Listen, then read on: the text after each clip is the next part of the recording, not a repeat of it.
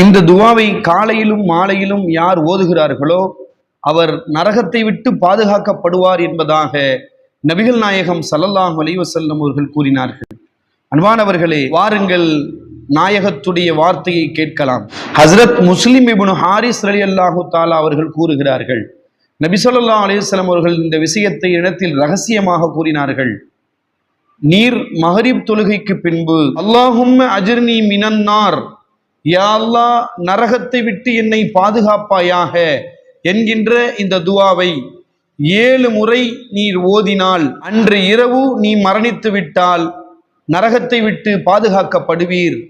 அதேபோல் இந்த துவாவை நீர் ஃபஜருடைய தொழுகை தொழுது விட்டு அல்லாஹும்ம அஜ்ர்னி மினன்னார், யா அல்லாஹ் என்னை நரகத்தை விட்டு பாதுகாப்பாயாக என்று 7 முறை ஓதினால் அன்றைய பகலில் நீர் மரணித்தால் நரகத்தை விட்டு பாதுகாக்கப்படுவீர் என்று நபிகள் நாயகம் ஸல்லல்லாஹு அலைஹி வஸல்லம் அவர்கள் கூறினார்கள். இந்த ஹதீஸ் அபூ தாவூதில் பதிவு செய்யப்பட்டிருக்கிறது. ஹதீஸுடைய சுருக்கம் என்ன?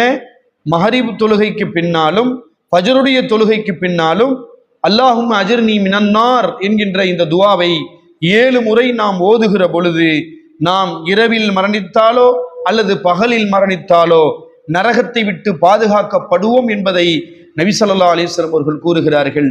எனவே இந்த துவாவை நாம் அதிகமாக ஓதுவோம். அல்லாஹ் என்னையும் உங்களையும் நரகத்திலிருந்து பாதுகாப்பானாக. நண்பர்களே, இந்த ஹதீஸை அனைவருக்கும் பகிருங்கள். நிச்சயம் நன்மை உங்களுக்கு கிடைக்கும். அஸ்ஸலாமு அலைக்கும் வரஹ்மத்துல்லாஹி வபரகாத்துஹு.